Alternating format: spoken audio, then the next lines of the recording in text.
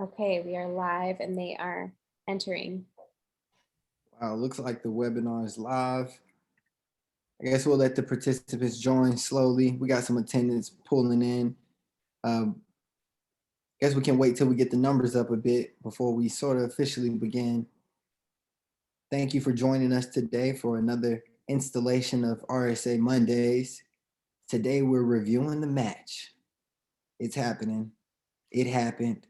We're going to talk about it. Thank you for joining us to hear about it. Get the chat going with some questions. Honestly, right now, if you're in the chat, drop your best one-liner. Hi. Drop your best one-liner joke, a knock-knock joke or something. Drop them in the chat as we warm up. We're going to take questions in the chat. We're going to get more serious, more business-oriented, but I need some jokes. When we're on the floors and you're having a bad night, you're talking to a patient, you got to have some good jokes. So throw your best one-liner, your knock-knock joke, drop it in the chat. Okay, we got one already. What do you call a bagel that can fly? From Danielle. Danielle, you got to tell us. We need to know. You got to tell us. Drop the answer in the chat. You got to tell us. I know you've been sitting on this one. You was ready for me to ask for it. You were, huh? Tell us. We need a plane. No, you didn't, Danielle. No, you didn't. No, you. What do you call a bagel that can fly? A plain bagel. You heard it here. RSA Mondays, the match. We got the one-liners going in. Okay, we got another one. Oh, from a panelist. My favorite attending. Where's an ask me about our turkey sandwiches button. Okay. High yield. Especially in the ED. And they're good turkey sandwiches too. You never know. Sometimes they hit different. They hit different on that 12. Josh, you're shaking your head. You haven't had my Holy Cross sandwiches. Mm-hmm. They hit different when you're on hour 16. They hit different. You got to stick it in the blanket warmer. In the you want yours toasted, I see, Josh. That's high yield. We got 23 participants. We'll give it another 2 minutes. 8:05, we'll get started. If you're just now joining us, again, this is RSA Mondays. Today, we're talking about the match. The chat is open right now, for questions and for one-liners. Drop them in there. We want to make this session, this webinar really engaging, so feel free to ask whatever. This panel, came prepared. They're ready to answer the tough questions. The tough ones. So ask them.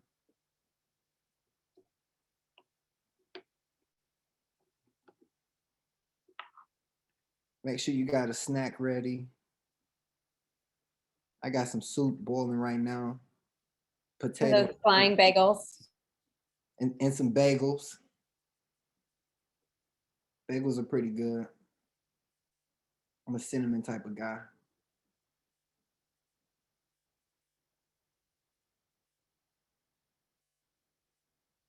Got about 30 seconds. Text your best friend. Tell them, hop on the match.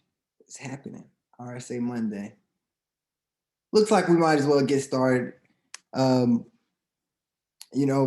got a question from Bruno. How long do you spend on your hair every morning, Brian? That's a real good question. Actually, every 2 weeks, I get it retwisted. So in the morning, I wake up, throw some oil sheen on it, and I just go. Must be nice. It's a good life. It's a real good life. Did you hear that saltiness in Bree's voice? It's a good life. We might as well get started. If you're just now joining us again, I want to welcome you to RSA Mondays. This webinar is focusing on the match. We got a panel full of newly matched M4s, incoming interns. Wow, they got MDs after their names now. Holy smokes, that's big. Yeah, come on. Come on. My name is Brian Redman. I'm a G1 MD PhD student at the University of Rochester School of Medicine and Dentistry. MDs and DOs, my mistake. I'll be your host tonight for this panel. I'm joined by some fabulous MDs and DOs, not future MDs and DOs, but today current MDs and DOs. So put some respect on their names. I'll let them introduce themselves. Let's begin first with our president, Ms. Moore. Hey everyone, welcome. Thanks so much for being here. We hope that we can answer your questions. Feel free to start sending those in to us, either just to the panelists or to everyone. I'm sure people are curious to see. I am a fourth year at Loyola in Chicago, and I just matched into University of Illinois Chicago's emergency program. Hi, I'm Leah. I'm a fourth year at the University of Miami, and I'm completing my combined MD and a Master of Science in Genomic Medicine. So I'm done with my MD work. I still got to finish up some master stuff. But I just matched at Yale New Haven Hospital and very excited. Hey everyone, I'm Brianna. I'm a fourth year at Western University, which is a DO program down in Pomona, California. And I just matched at UC Davis, which is in Sacramento, California. So I'm super excited to be staying on the West Coast, and I'm happy to be here and answer any questions you guys have today. Hey y'all, I'm Josh. I am a fourth year at the Alabama College of Osteopathic Medicine, and I'm also in the Navy. And I matched at the emergency medicine program in Portsmouth, Virginia. Happy to talk to y'all, and especially anybody who has the military concerns, feel free to, I'll drop my email in the chat at some point. Feel free to get in touch with me at any time. Hey everyone, I'm Bruno. I'm the international rep. As you can tell, my camera isn't on. I'm currently camping and climbing up in Bishop, California, so my internet's pretty spotty.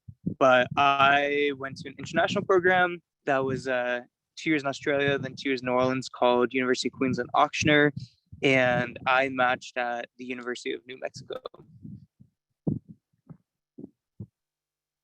So as you can see, we've got panelists from all walks of life going into various programs across the United States. We've even got an international panelist. So if you've got a question, I think we can cover it. With that in mind, again, I want to remind you that the chat is open. Please feel free to ask, whatever questions you have about the match, the process, etc. We've got prepared questions, but we'd love to tackle your questions first. I think, a really good question to start off with, something that's just pretty big picture, would be, how should students approach which residencies they should apply to?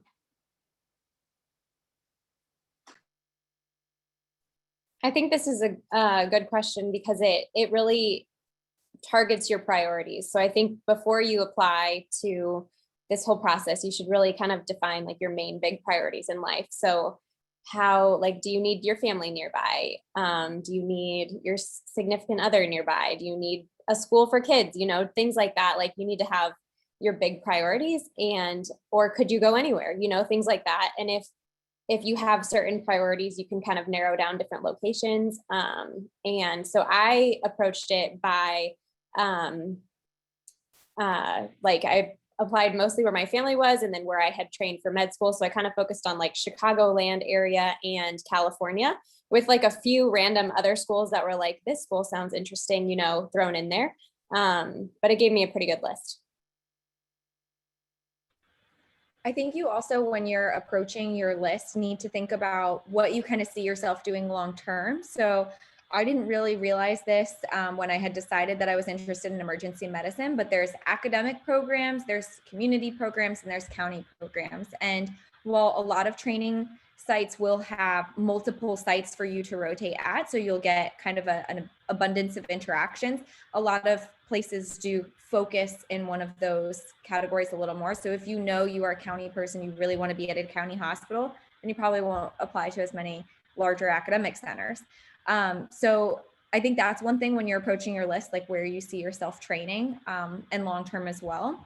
And then make sure you apply to a variety of just like with med school, you have your reach programs, the programs that you feel you're you're comfortable that you could go there kind of on par, and then some safety programs, and just kind of think that in mind, because if you apply to only reach programs, that's going to make it a little bit more difficult. Yeah, I think I would echo what Lauren and Leah have said about just knowing what your priorities are. And if you don't know that quite yet, I know that I didn't know if I wanted community, county, or academic until halfway through 4th year when I was really applying. And so, people throw those things out at you and it's kind of like, what does that even mean? And so once you really get to rotate in those hospitals, you will be able to see the difference. So I think that's one thing. Again, like priorities, 3-year versus 4-year, does it matter to you or does it not? Location, everyone wants to say that location doesn't really matter, but for a lot of people it does, and it's a really big factor. One thing that I used to narrow down my list and to really research programs was the EMRA match, so EMRA match. And it's a whole map of the United States. You can basically go on there. There's so many filters that you can add and really just like narrow down the programs. And then based off of that, you can look up the program and look at their website. So I'll drop that in the chat, but that was something that was super helpful to me. And then just basically going to their website and researching them and seeing if I even felt like I connected with any of the resident statements or the, overall statement of the program. Yeah, I definitely think having your priorities kind of figured out will help you really guide what you want to do. Like one of my priorities was I really wanted a program that had access to rural medicine, like rural emergency medicine, so I can get a feel for that because that's something I potentially want to do. And to be honest, like the work-life balance of, I can see myself living in the city and I enjoy, like the outdoor opportunities or like the food scene. And if you kind of do some research and then when the interviewers ask you like, oh, why do you want to do this program? You can kind of echo some of the academic stuff, but also mention, like draw back to your hobbies and talk about your hobbies or your interests. Like, well, I'm really interested in culinary. I'm a huge cook and I saw that there's a really great like farmers market scene or food scene or whatever. And it just kind of gives you an opportunity to talk about yourself, but also you kind of figure out, where you can be happy and spending the free time you have doing residency. So that's something to consider as well. Yeah, I think kind of at the heart of everything that everybody's saying is basically figuring out your flavor and the residency's flavor and making sure those flavors mix. So for any, I don't know if there's any military folks on this, but there may be some that go back and listen to it. So I will say kind of one of the big forks in the road that you have to decide pretty early on is whether you're going to pursue a civilian or a military residency. So if you pursue a military residency, you enter into, well, let me back up. You have to enter into the military match. But if you're going to pursue a civilian residency, you rank that as your top choice. And that just kind of depends on the needs of whatever branch you're involved in. But for me, it was important to go to a military program for the military specific opportunities. There's a lot of stuff that you get culturally and in training that's related to your practice as a military emergency doctor. So that's just kind of one of those decisions that you have to make. And like I said, it can be hard to make that choice. So if anybody's struggling with that, please feel free to reach out. And if I can't answer your question or if we're in a different branch, I might know somebody who can help you out.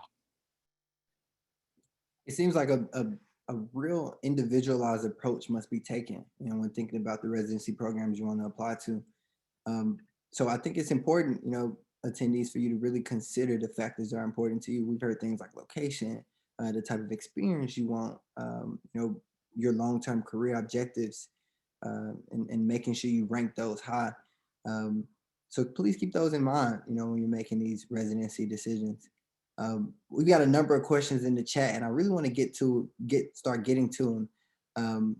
So let's start at the top. We got a question from a panelist, and I'm scrolling to it right now. You all matched at incredible programs, and this is coming from Rob. If you had to name one thing that led to your success, what do you think it was? You only get one. So I have thought about this a lot this year, and I have talked to a lot of people. And for me, I think what contributed to my success was my involvement in organizations outside of my school. So AAEM is one of those, going to the different conferences. So this is one, which is just involvement. And so that includes a lot of different things, but I think that showing your face, being involved in organizations in leadership roles, as well as volunteer roles, and really kind of showing that you're there to better the emergency medicine, the field of emergency medicine is important. So if I had to pick one, it would hands down be involvement. I was going to say the same thing. So we talked about, Brianna mentioned like the Emra Match website. That's a great thing, but I think AAEM, as we are biased since we are AAEM, was a great thing to get involved in. There's actually another panel this weekend about involvement in AAEM on Saturday, if you're interested specifically in how students can get involved in AAEM. But for me, it created so many contacts. I was able to meet my future like APD through the conferences that we held.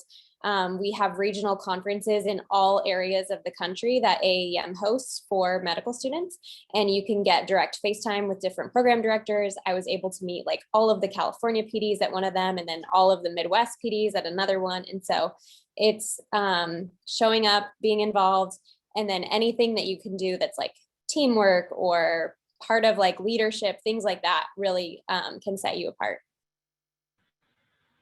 So I clearly have to pick something other than leadership because they already listed that. But I think during the actual process, I was very transparent and just like honest and didn't try to be anybody that I wasn't, because this really is a match process. So you really want to wind up at a place, not just, for a name or anything like that. You want to wind up at a place where you're going to get along with your co-interns, get along with your future program director. Like all of those things are very important. So when people ask me like future goals, those sorts of things, I was very honest and didn't try to feed a program just what I thought they might want to hear, because I really wanted in the end for them to rank me where they saw me at the program and then to rank my programs accordingly. And I think it worked out beautifully. Now that I'm meeting my future co-interns, seeing how similar they are to me, I was like, wow, they like handpicked us almost. Yeah, I think if I had to contribute to one thing, is just my interview skills. So especially for international applicants, kind of you have kind of the scores and the slowies that kind of get you in the door, but your interview is really, and that kind of applies to everybody, like the interview gets you matched at a place. So what I definitely would recommend is kind of, practicing with people, trying to set up mock interviews with your mentors or other EM docs or even non-EM docs, and kind of giving it a go so you can really feel natural. And that kind of goes back to not trying to feed a program anything, not trying to be somebody you're not. But the more relaxed you are in the setting, the more kind of they can, like the interviewer realizes that you're relaxed and they get to actually know you and they kind of get a good vibe from you. And at the end of the day, people want to have residents at their program that they can time with, so which is difficult to do over like a couple hour interview to kind of show that. But the more you practice, the better you get at it. And kind of to go along with that is going to conferences, or if there's like virtual meet and greets and that kind of thing. That was big this year, taking every opportunity to do that, because you get to know people and then they kind of remember a name, they kind of remember a face. And maybe if you weren't going to be the most competitive for a program, it doesn't guarantee you talking to somebody, but if they're like, oh yeah, I remember so and so, like I really enjoyed those like 15-20 minutes I talked with them, it can go a long way, for better or worse in that situation. So Yeah, these are all really excellent answers, I think, to this question. And I would just cap it by kind of touching, this kind of runs through the thread of everything that everybody said, but I would say for me, it was just networking. So, that can look different based on where you're at in the process. So if you're like a first year listening to this or a second year, you've got more time, you can still get involved with some of these things. You would be shocked by the doors that open if you just knock on them. So this was a lesson. I did not used to be good at this at all. And I don't know that I'm good at it now, but definitely better than I used to be. So I learned that, just even though you may feel there's a fine line to walk between annoying somebody and not, but even though you may feel like you're being that annoying medical student, getting in touch with people, it really can pay you huge dividends down the road, especially if you're using that time wisely and making sure that, if somebody reaches out to you, reaches back out to you, that you respond promptly, professionally, etc. So the ball is kind of in your court there. But the number of contacts that I was able to make through AAEM or other organizations that I've been involved with really, really paid off. So I would just highly recommend get involved in something that you're interested in. If you're a third year going into this, about to be a fourth year, it's still not too late. I definitely met people in the last year that had an impact on where I matched. So yeah. Seems like there's some very key things to take care of before you submit that app and try to rank those programs. The involvement, the transparency during the interview, making sure you present yourself well and honestly, so that you get a truer representation of the program, so that it's a good fit for you. Seems like those things are really important to finding the best residency. And I think the next question ties in well with knocking on doors. We got a question from a panelist, from an attendee asking, how do we sort of rank and categorize what a safety program is versus a reach program? And I think, that's a great transition. What doors are out of our reach for knocking on? No doors are out of your reach for knocking on. But I think that in terms of so for me, when I was looking at which programs were kind of programs I felt like I would comfortably get an interview at versus programs that I felt like I might have needed to work on it, were actually a lot to do with location. So I was kind of worried about programs in regions that I'm from Florida. I grew up in Florida. I went to undergrad and med school in Florida. I was like, oh my gosh, they're going to think I'm Florida ride or die. I'm never going to want to leave. So I felt like I had to, for regions that I was trying to get into, especially this year with not having in-person aways. I did an away at Yale. So I did an away at my institution. And I felt like that was really helpful in showing my dedication into leaving the area. So I think that kind of helped me see what's going to be more of a safety sort of program, was in my mind was more like the Florida programs that I felt more confident that I would get an interview at. And then I looked at close friends who I had seen go through the process last year and kind of compared things that they had been involved with in their scores. But EM is one of those things where on the backside, we don't know how program directors really actually do rankings. So who knows what actually they're looking at on our application and how competitive we actually are. Yeah, in terms of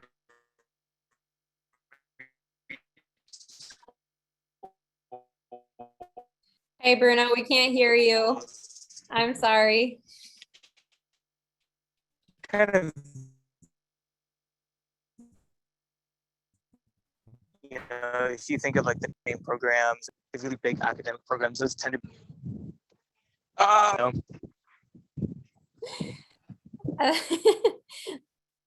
Are you there? He ceded his time. Yeah. Well, I'm not sure what he was going to say, but I think finding a good advisor is really helpful. That was one of the things that I think I would probably say got me mostly through the whole process, was just having someone who knew my whole application and was able to speak into where I should and shouldn't apply. I think aways are going to be great that you guys have that option again to like Leah said, put your foot in the door somewhere. I did a virtual away as well, and we did a panel last week about those, so you can check out that recording about different away rotations as well. So I will speak to mostly California, just because that's a majority of places that I applied to. So I am California born and raised, never been outside of California. So, but within California, because it's so big, there's a lot of programs, and I think there's a pretty clear tiered system, I guess you could say. You know, there are some programs that are very high, and I would be comfortable saying USC and Highland and the UCLAs are up there. There's middle of the road programs, and then there's lower programs. So I applied to every single program in California, knowing that that is in itself a tiered system. But outside of California, I think what Bruno was kind of getting at is that larger academic centers are sometimes the more competitive places, whereas like smaller, newer programs are maybe a little bit less competitive. And I think, again, you know, it comes down to knowing yourself and knowing your application and understanding maybe how competitive you are. Not always 100% accurate, but, you know, getting an advisor, like Lauren was saying, is really helpful to knowing how competitive you are and really kind of looking at all those programs. And again, just doing your research, looking at the website, seeing how long they've been there, what their reputation is like, can all be helpful things to determine, you know, is it a reach program for you, or is it like pretty much a guaranteed thing for you? So obviously I didn't deal with what y'all dealt with because I did the military match. So I'm just going to provide a little bit of perspective and say it is very easy to get wrapped up in like, you know, my top program, my bottom program, et cetera. But it is also important to kind of keep the perspective of, you know, residency programs have to go through accreditation. So they have to provide you training in emergency medicine.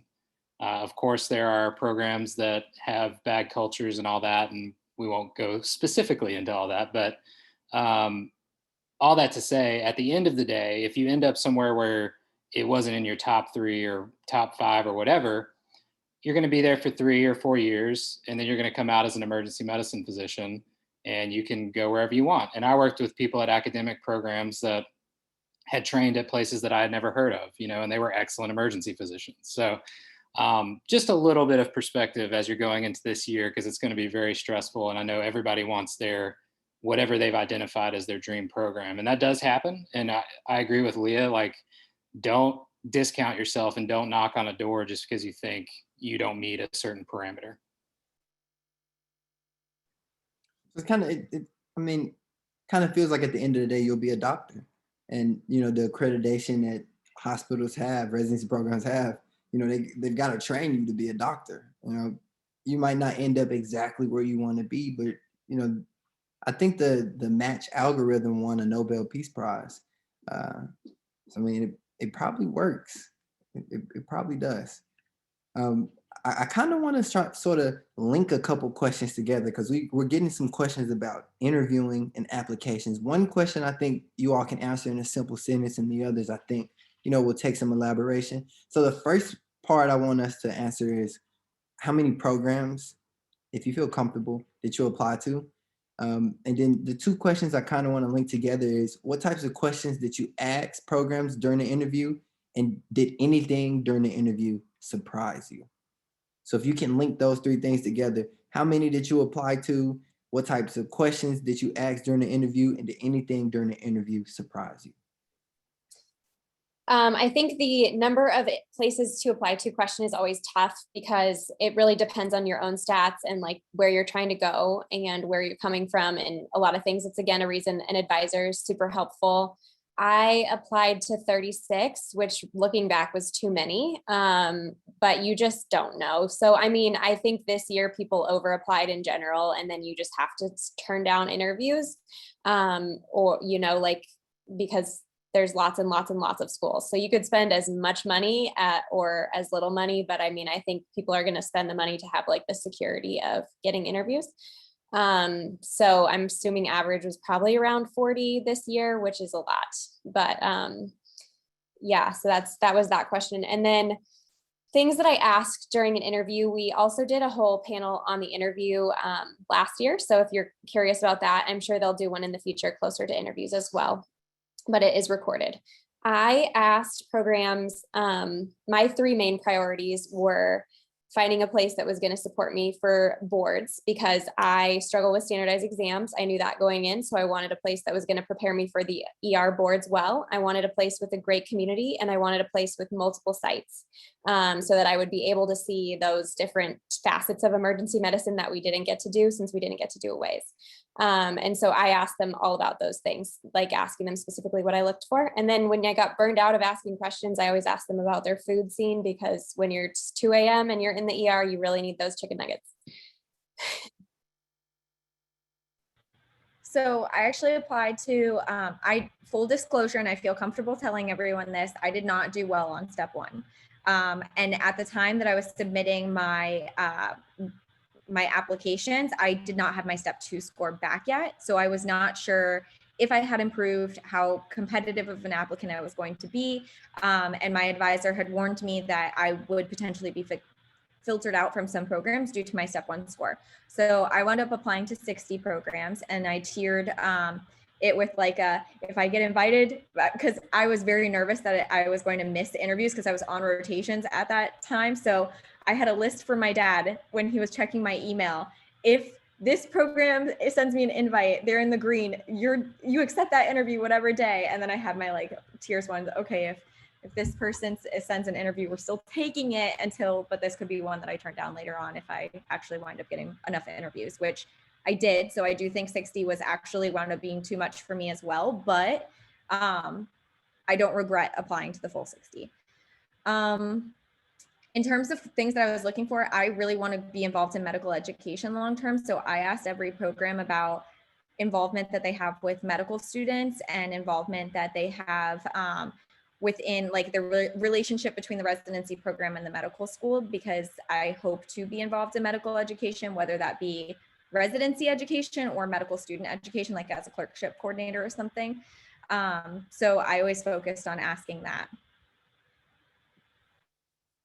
So Brian knows from 2 weeks ago that I really struggle with compound questions, so I will try my very best. As an osteopathic medical student, they advise you to typically apply to more places than a typical MD candidate. I heard that the average was like 60-ish, and Josh can maybe attest to this or speak to that also, but I applied to 55, and I also found out that that was too many for me. Again, it comes down to your step scores and your involvement in all of those things, but for me, that was a few too many. I wish I would have applied to less, but again, better to be safe than sorry. What did I ask on the interview trail? So I asked a lot of questions about if they didn't do residency there, like why did they come to that program? What made them move to that area and come to that hospital? Because obviously if you're, as an adult coming out of residency, if you're going to uproot your life, especially the doctors who had kids and a family, it's like, what really made you come here? Like what was so special about it? Because that's what I wanted to hear. Like, why did people come there? Are they happy there? And do they see themselves staying there long term? So for me, it was more questions about, do they like it there? What's their favorite thing about the place? What made them come there, or what made them stay there if they did do residency there? And I think the third part was what surprised you? Is that right? Okay. So what surprised me on the interview trail? I think probably just how nice everyone was and how much they really wanted to get to know you. Almost to a fault at some interviews that I had, the entire interview was them asking me what questions I had. For me, that was a little bit of a turnoff, but I will say that every single program always asked me if I had questions. You will be questioned out by the end of the interview season, I'm sure. But that was something that really surprised me, was they do really want to get to know you. I know everyone says that and it's kind of hard to believe, but they do really want to get to know you. They want to make sure that you're a good fit for them, as well as, them being a good fit for you. Yeah, so I'm going to sound like a broken record talking about the military, but there's going to be one military person watching this that's going to gain something from it. So so I probably have the lowest number.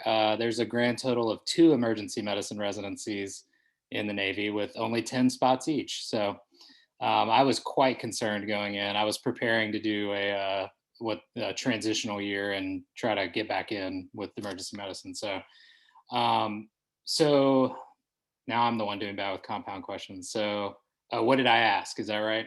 Uh-huh. Okay. So I was really interested in the structure of the off-site rotation. So for the military, for those of you who are not familiar, the actual military facility that I'm going to has a high volume. It's like 70,000 a year, or high, medium high.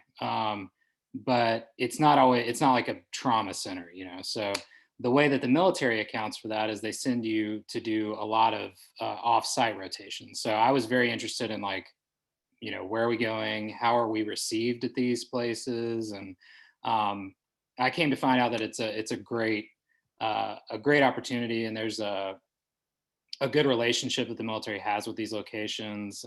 So we, some of the places we go already have residencies, and so it's easy to kind of get in. And other places are community, so you get awesome opportunities to just drop in and do a bunch of procedures and stuff. So I was curious about that. And then I also wanted to know, I asked the program director kind of where they saw the program going, what their vision was for the program, because it kind of sounds like a pandering question, I guess, because what program director is not going to talk about that, right? But it gives you a lot of insight into how they think, what they value. What they say in those moments can kind of clue you into the reality that you're about to hop into if you get accepted there.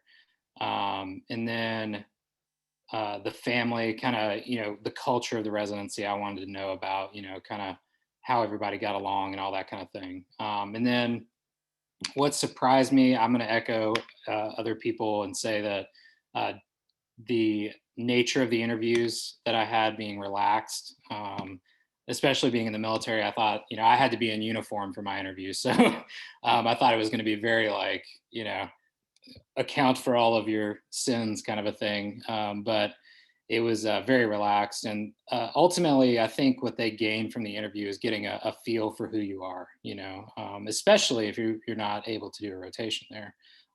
So, before you go to your interview, take a deep breath, kind of center yourself. Don't worry about anyone else. You are playing your own game. I don't know how many people run out there, but you're running your own race. If you're sitting there comparing yourself to somebody who's, sprinting ahead of you, you're doing the wrong thing, because it's not, you may have something valuable that someone else doesn't have, and if you aren't aware of that, then you won't be able to display that. So focus on yourself and understanding yourself, and I think that'll pay you a lot of dividends in the future. Wise words from a good man. Excellent responses from our panel as a whole. That interview, it's a, first of all, that the amount of applications to complete might be worthwhile to consult an advisor too, and not just go with the norm or what everyone around you is doing. Also, do what makes you feel comfortable. I don't know about you, but I would rather, as Bruno has already said in the chat, apply rather than not match. The investment is worth it, especially if you're feeling anxious about the process. We got another question about kind of compare and contrast types of programs. The first part of the question is, how do county programs differ on a larger sense than with patient population, if I'm reading that correctly, compared to big academic institutions? And is it tougher to get into big academic institutions as an attending if you did a non-academic residency? I don't know if you all are able to answer that second part, but maybe providing some details about the comparison between county programs and academic institutions. So I did my main rotation at a 4-year academic county combo program, and they were the only ones I heard say that, and it was more a 3-year versus a 4-year thing as far as the whole attending. Like, if you are an attending out of a community program or an academic program that's 3 years, they would not hire you as an attending right out of your residency, because you, as a 4th year, right, as a 1st year attending, you are at the same level of their residents. So I don't know if I can speak to purely like not coming from an academic place and going to an academic place, but from what I have heard, it's more of like a 3-year versus 4-year, and you can't really be an attending to people that you're on the same level as far as years of experience with in emergency medicine. So that was that. And then, dang it, compound questions. What was the second part? Oh, what's the difference? What's the difference between county? Yeah. So I felt that the main difference between like a pure county versus a pure academic center is county, you're really seeing the bread and the butter, emergency medicine complaints. You are seeing the APPEs. If you're in a trauma center, you're seeing the gunshots, the car accidents, things like that. Whereas like academic centers are such a higher specialty that you are seeing the heart transplants, the liver transplants, the crazy things that you never thought you would ever see outside of medical school in the textbooks. That was kind of the main difference that I saw. That is mainly patient population. And the other thing I would say is resources. At county places, the resources tend to be less compared to an academic institution that has more financial money, I guess.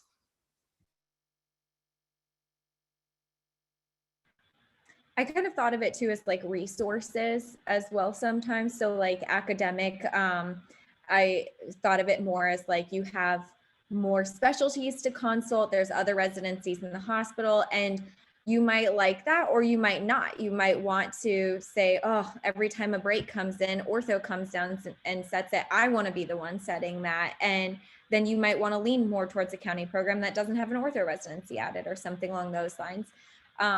I think it's one thing that I realized I didn't answer the surprise you questioned before, but one thing that did surprise me was how different, even in my friend group, we were like, are very similar people. We were applied to very different programs because we want different things and we were looking for different things. And it truly is a match process. So like what may be someone's number one program might be, you're like, could never see myself working there. So as much as like you will hear your friends talk about their favorite places or where they're getting interviews at, don't get caught up in hearing that, because you want to match where is best for you and where is, you're going to have other people like you with the same goals as you.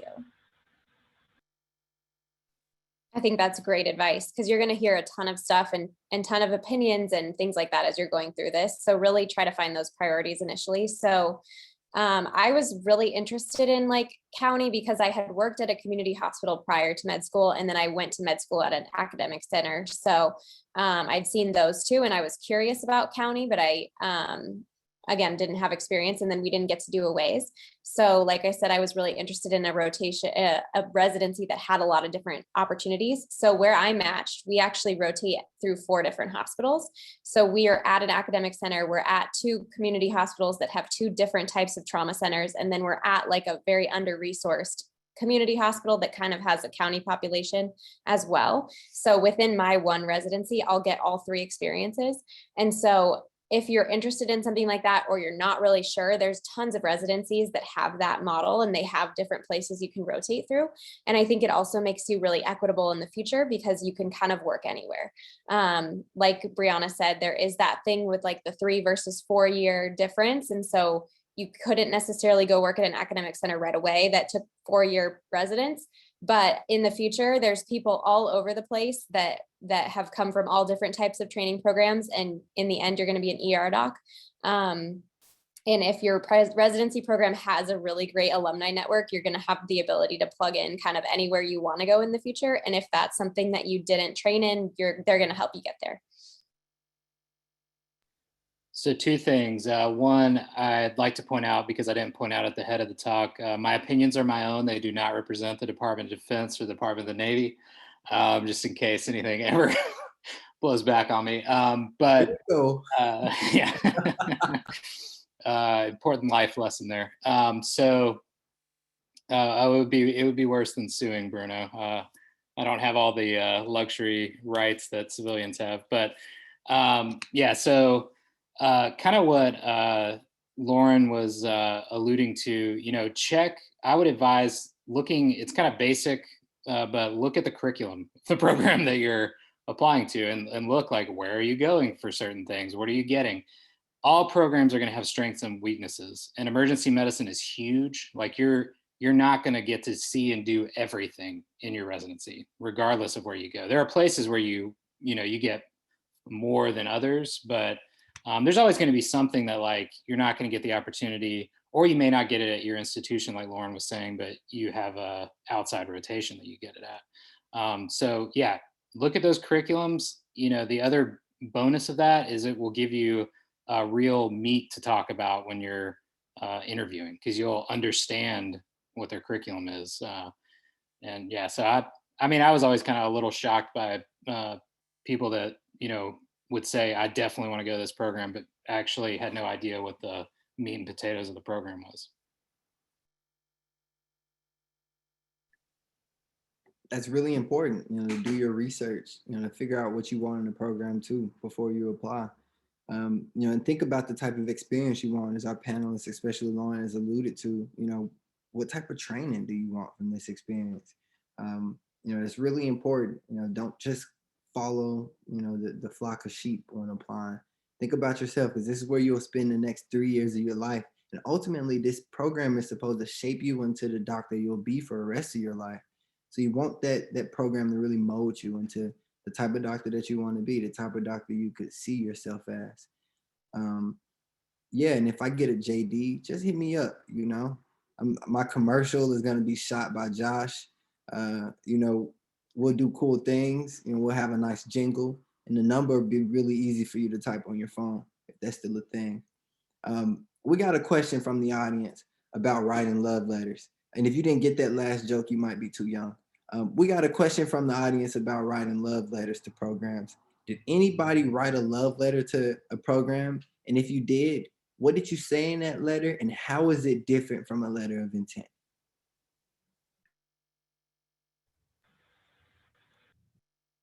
I think the love letter is kind of like a letter of intent. I think they're kind of one and the same. I think people just refer them to as both things. I think a letter of intent can sometimes be more from the beginning side, like maybe if you're trying to get an interview there.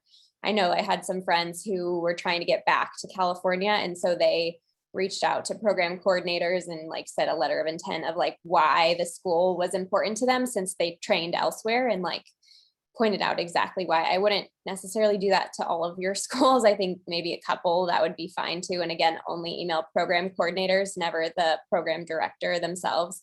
But I think the love letter thing is kind of like, I'm ranking you number one.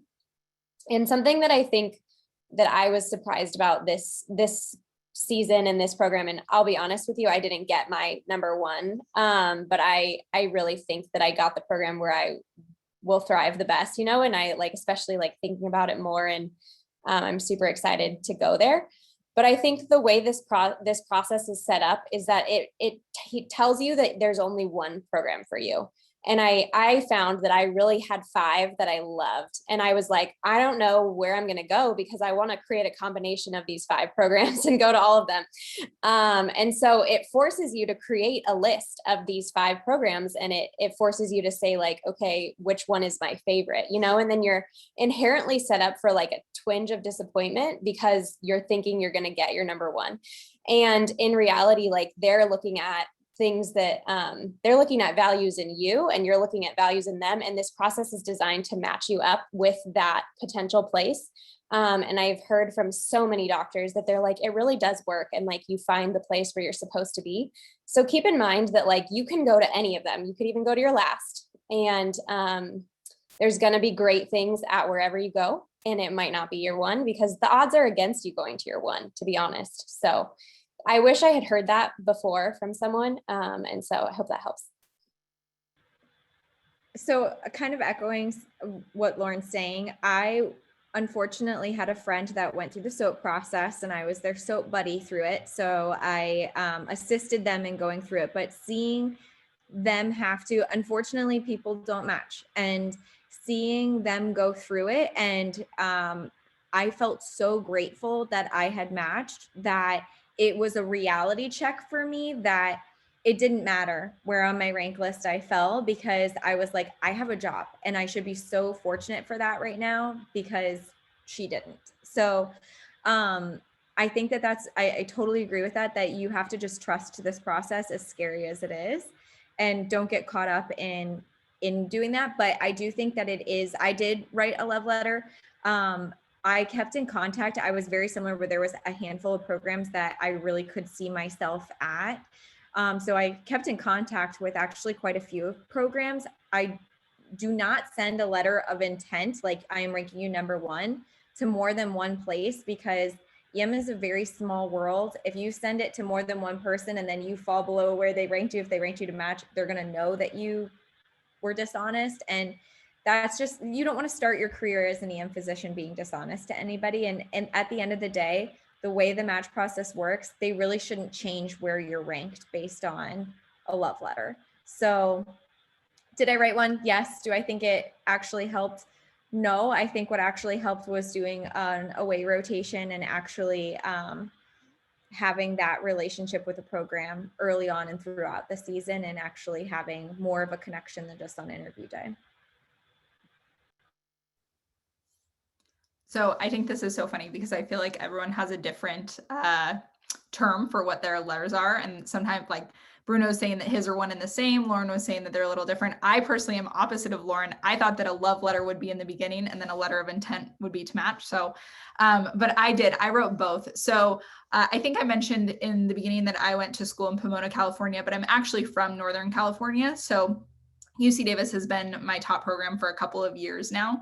And so I wrote both a love letter and then a letter of intent. So my love letter was after the interview. It was basically, reasons why I felt like I connected with my interviewers, which I really felt like I did.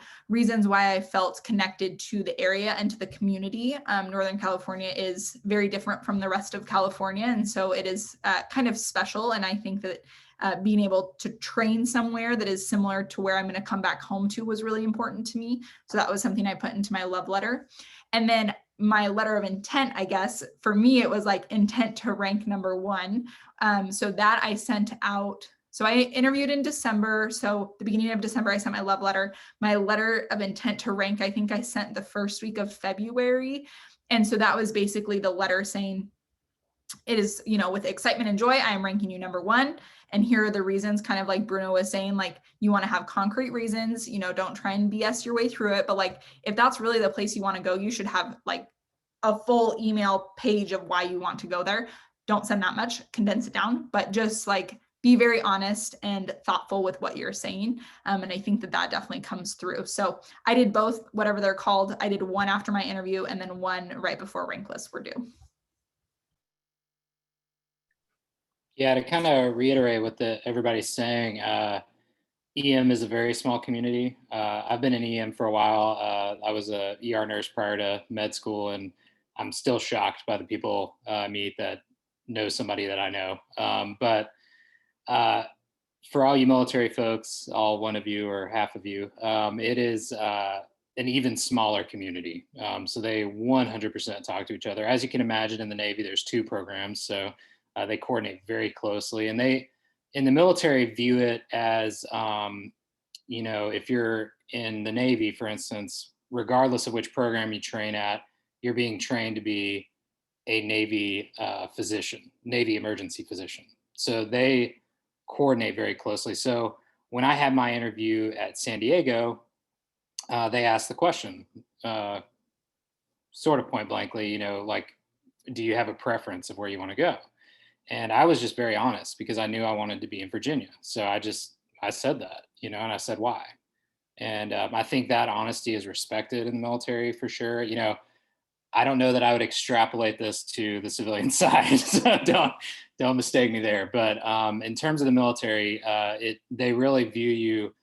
They've paid for you to go to med school. They want to train you. If you fit the bill, they're going to train you well. So be honest about what you want. In terms of the love letter thing, I have a different tack for that. I have always kind of felt like, anybody can sit down and write a letter, right? So if you have the opportunity and time, view your quote love letter as your involvement with that program. If there's any way you can get any involvement with them, knock on those doors, because those kind of actions can speak louder than a letter. That can be your love language of doing, right? So anyway, that's my 2 cents on it. So I think we've really taken this process of matching almost to the final step. The thing you have to do before you kind of get the result, the last thing, so we talked about the interview, we've talked about deciding between the types of programs you want. We talked about, the application process, ways to stand out, the single characteristic that sort of, contributed to you and your success. Let's talk about that final step now, making that final match list. How did you do it? What factors were important to you? Was it completely dependent upon your own sort of opinions? Did you factor in sort of the relationships that you had with some of these programs? How did you make that final list before you submitted it? So I in my answer, I want to address the question that popped up in the chat too about the Reddit spreadsheet. So I'm gonna combine some things. So when I made my final list, I made this, like, I'm very data oriented. So I made this like huge spreadsheet of like shift hours, like all of these facts that could go into a spreadsheet, right? I didn't even look at it when I made my rank list because I purely wound up ranking just by gut. And I actually wound up not going. So those Reddit spreadsheets, the anonymous forums, can definitely get very toxic. And there is sometimes very useful data in it, but I don't think that it's useful enough that if you didn't look at it, it would impact you negatively. But if you read it and get caught up in the toxic stuff, then that definitely could impact you. And I say this because Yale was very much name and shamed this year. I did not pay much attention to the spreadsheets. It was, brutalized because, and I'm fully comfortable talking about this. There was, they have a PA residency program there.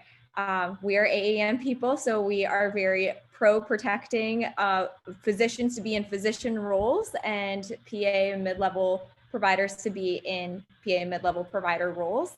But on the spreadsheet, there was a lot of very like DNR Yale, like all of these things. And if I had really fed into that toxic nature, I probably would have DNR'd them. But what I did instead was I took that information and I said, you know what, I'm going to talk to the residents that are there. And this will happen at all programs where you will have a resident or two that will say, reach out to me. They mean it. They want you to reach out to them. And sometimes that extra little 15 minutes that you can either have a phone call with them or a chat on the side might give you more insight to their program. And so I called one of the residents. I said, hey, I'm reading these things on the spreadsheet. Can we chat about it? It was very eye-opening and it made me feel much more comfortable with the process. I even directly spoke to the program director about it. And I was glad that toxic spreadsheet, I took it in a different way. And some people probably did DNR Yale from that and probably did change their mind about it. And that's totally okay. But just take those anonymous forms with a grain of salt because you don't want it to impact your own. The interview process is very stressful. You don't want to impact your own mental health just because you're on some anonymous forum.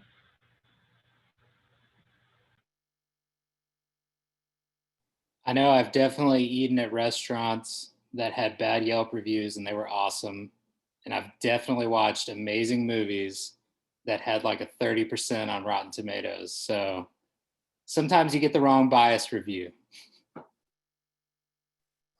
Yeah, the spreadsheet, I mean, especially there's different parts of it that are unhealthy throughout the whole interview season. So what happens is people document like when they're getting interviews and things like that. So initially it has some good stats in there and it has like number of residents and like different things that might be helpful to see all in one place.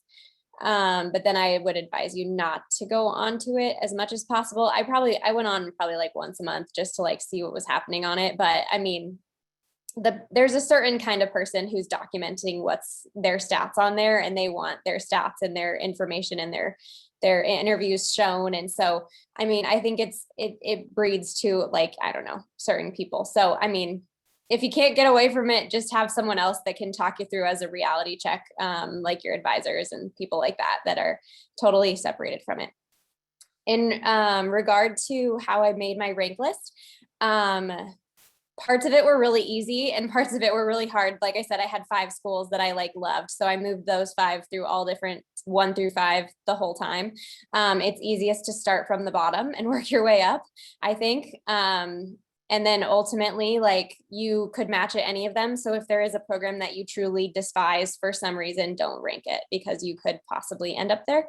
I would say try to rank all of the places you interview at, because better to have a better shot, because it's better to have a job than not to match. But if you would truly rather not have a job than go to that place, then leave it off your list. And then one of the best pieces of advice I got when during interview season was to do like a voice memo right after you finish your interview, so that you can have all of your raw thoughts about the place like recorded and you can hear them. And so that was really cool to then, once I matched, play my recording of the place that I matched and be like 6 minutes of pure joy of why I wanted to go to this place. And so I think it's a really, really helpful tool to have and to like remember at the end as well. That is such a cool idea. I wish I would have done that. That's awesome. I want to touch on a couple things. So just back to the Reddit spreadsheet real quick. I think that you could use the analogy, and Bruno kind of put it in the chat already, that like the only people that put on there are people that either have a really good review, AKA they have good scores and good interviews and they want to tell you about it, or they have a really bad review. They're not getting anything. They're really bummed about it. They want to put it on there. So I feel like it's not necessarily representative of applicants as a whole. So I wouldn't really use it for that. Kind of seconding what Lauren said, I use the Match Prism. So this is what it looks like. It's an app on the App Store. And it's similar. So basically what you do after each interview is you can rank from 0 to 5 stars, how you felt about, there's a ton of different categories. You can add your own categories. So, you know, location, length, program director quality, resident quality. And so you can rank all of these and it will give you a average score. And then you can also add notes in there too. So like during my interview, they talked about X, Y, and Z or whatever, if you want to have that note in there. So that really helped me. And then as far as when it came down to ranking, I did move it around a little bit from within that list that it creates for you. And so what I did is I did like a top, middle, and bottom. And then within those, I ranked my programs. And I also started at the bottom because I felt like that was easier. So I kind of worked my way from bottom, middle to top. And yeah, so I think that that's how you kind of have to do it. I personally didn't have like 5 that I was totally in love with. So my 1 was my 1 from the beginning. My 2 is my 2 pretty much from the beginning. My 3, 4, 5 were really difficult. And then after that, it was pretty easy for me. But I think, you know, everyone is different. So I did want to mention something that when Lauren was talking reminded me is I got really good advice when I was making my rank list to not look at, when you're ranking, don't look at, I'm putting this program at my bottom because of X, Y, and Z negative reason. Say I'm putting this program like my 9 above my 10 because of all the positive things about my 9. That way, when, regardless of where you fall on your list, you will have all of these positive things about where you're matching, because you don't want to be like, oh, my 10, I can only think of the cons because I put them at 10 because I didn't like X, Y, and Z about them. So just like spin it to the glass is half full, no matter what.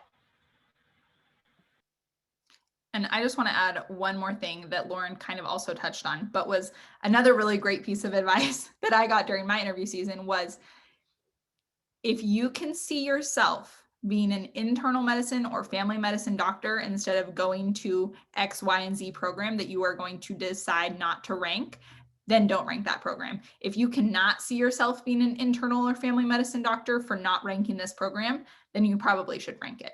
So I ranked all of my program. I know a lot of people that I went to school with ranked all their programs. The only reason that you should not rank a program is specifically like, if you would rather do internal medicine or family medicine than go to that program, then don't rank it. But that was something, and I like each program, I was like, nope, nope, nope. So just keep that in mind when you are making your list. Lots of great advice.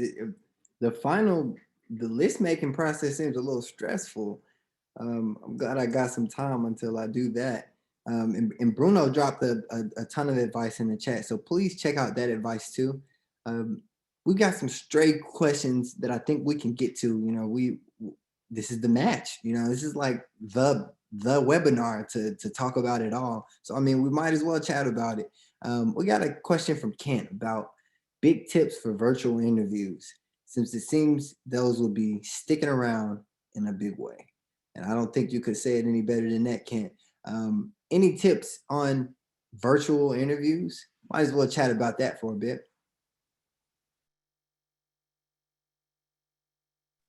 There's so many articles about tips for virtual interviews. I know we did one in Common Sense a few months ago, and that's on the website. And then there's tons and tons and tons of things because people reviewed ring lights and everything you could think of. I think the key is finding a spot that you're going to do them in and like kind of using your spot, making sure you're feeling comfortable there. And I think honestly, they're a little easier because you're just like in your own environment. You can go like eat a snack in between, things that you wouldn't get to do when you're in person.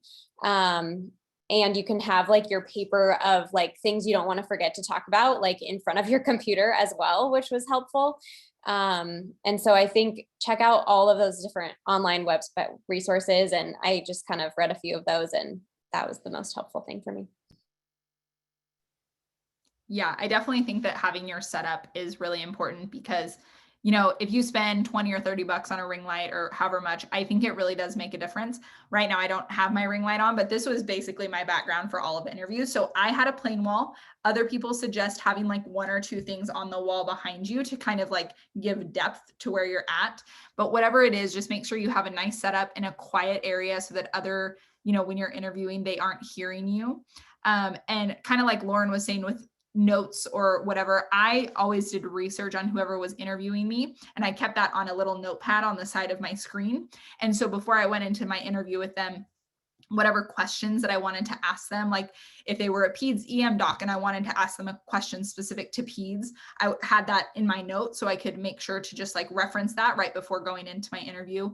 And obviously not looking at it during the interview because they can see where your eyes are tracking, but kind of just getting a feel for, what questions I wanted to ask them. But I think setup is like key. You will hopefully, if they do this again this year, have the ability to interact with some programs a little bit before, like they might do some meet the resident sessions or things like that. Any interaction you have with a program, whether it's on interview day, whether it's the social, like think of it as part of the interview because you're making a first impression with that program. So try to have your better lighting. I'm not in a good setup right now, but try to actually come with your not like you just rolled out of bed sort of deal. So try to make sure your background is appropriate, not like you have a big messy bed in your background sort of deal so that it looks like you're a sloppy person.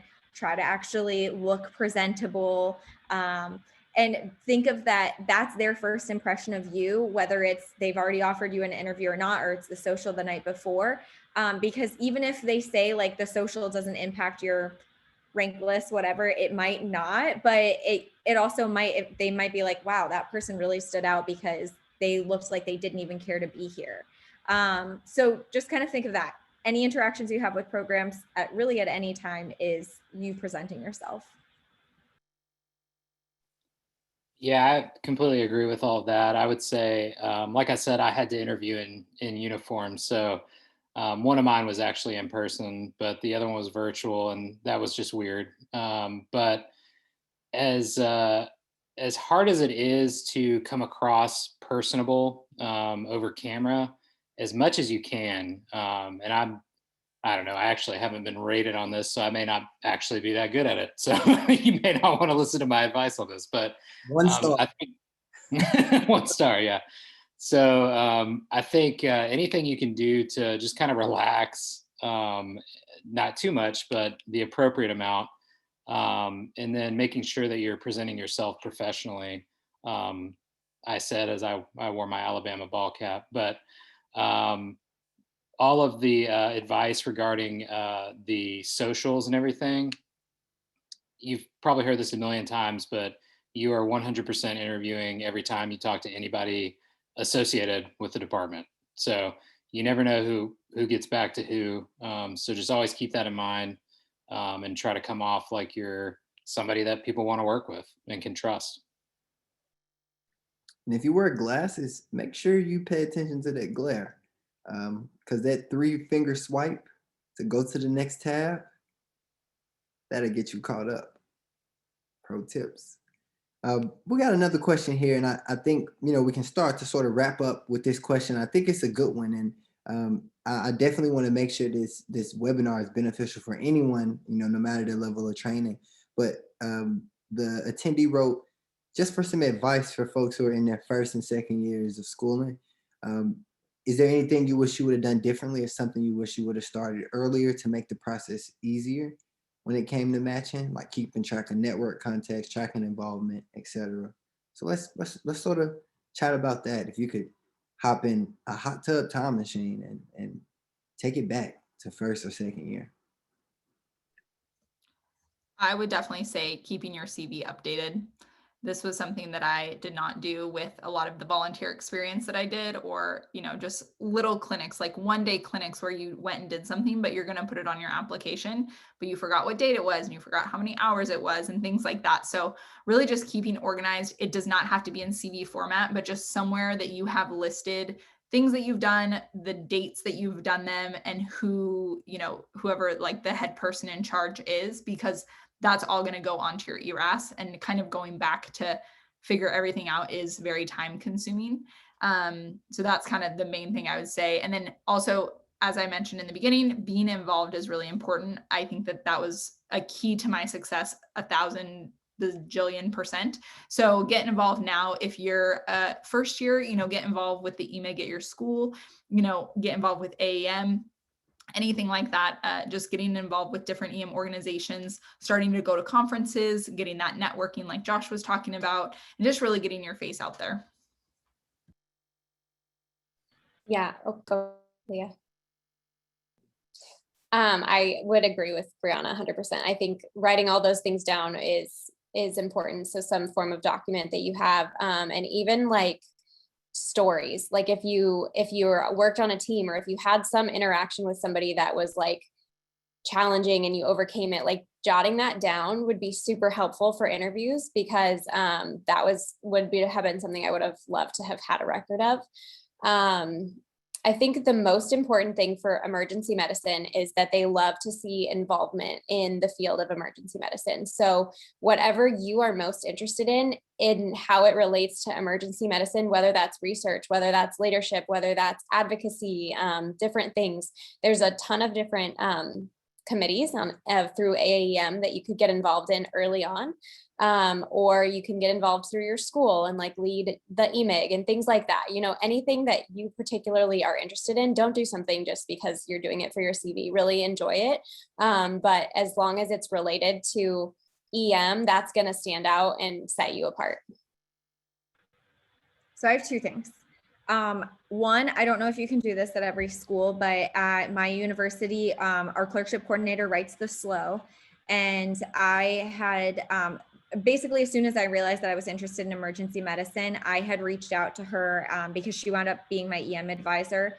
So I felt like that assisted me in getting at least, I don't know what my SLO said or anything, but I feel like it must have been relatively positive. But I feel like it was helpful that she knew me to some extent and knew my interests and involvements in emergency medicine, and had seen me longitudinally over a course of time and watched me grow as a medical student. I felt like just having that relationship early on worked. So if you have someone at your university that you can start getting connected with early on that could potentially become an advisor and potentially be the person writing your SLO, that might be helpful. And then the second thing is, hobbies are really important. I was really glad that I actually spent time in medical school having hobbies and spending time doing things that made me happy, because I had quite a few times that it came up during interviews where all they wanted to talk about was my hobbies, and those were the best interviews.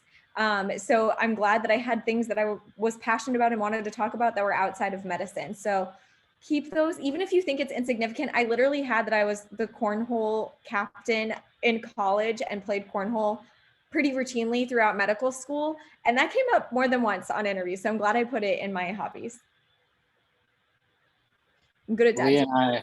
Leah and I are on the same page on that one. I was going to say, can I say that I wish I would have fished more? We're kind of caught in this rat race a lot of the time where we're constantly pushing for that next thing. And all of these steps are important, and it's important that you take them seriously. So don't misconstrue what I'm saying. But like Lee was saying, emergency medicine, even more so than some other specialties, really values that you're like a well-rounded person, somebody that people want to be around, somebody that knows how to relate to people. You can walk in that room on any shift with any patient and develop that confidence and trust in your patient. And I feel like part of where that comes from is being a person, being someone who lives a normal life. So don't discount that. And I agree with Lee. It came up numerous times when I interviewed, just it gives people a feel for who you are, And then I would add to that, I would have gotten involved with leadership stuff earlier as well. I think I had an idea that, you have to accomplish X, Y, and Z before you can be in this position. So I would say get out there, like I've said before, knock on those doors, see what happens, see what you can get yourself into, because even if you don't feel completely prepared for it, you're going to learn a lot of lessons on the way that you'll then be able to talk about in your interview. It's not always about doing things perfectly. It's about getting out there and trying and learning from it, and then being able to impart that to somebody when you're interviewing later. This has been really great advice, especially for the M1s and M2s out there. I don't know. I think some of this advice is applicable now. Maybe I need to go and update my CV. I'm sure there are interns out there that have some CVs that could use a refresher. Keeping up with those very important events. Those times of conflict, those times when you lead. And I see a hand is raised. Brianna, take the mic really quick. So speaking of CVs, I actually did a podcast that is on the AAEM RSA Spotify, and it's more geared towards like residents going into attendingship.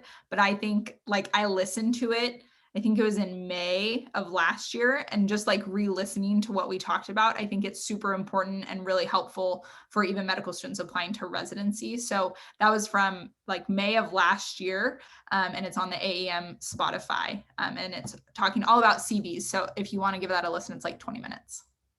And that CV is super duper important. Like literally, you probably could extract half, if not more, of your application from your CV if you're keeping it up to date. And then when you get to that app, it's just plug and play at that point. Making sure you're writing down those stories.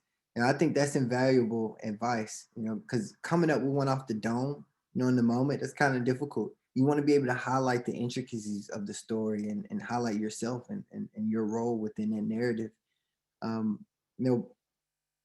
Presenting yourself, perfectly for, aligning yourself perfectly from the first day, isn't something that everybody does. And if you're just not hopping on the ball, it's not too late.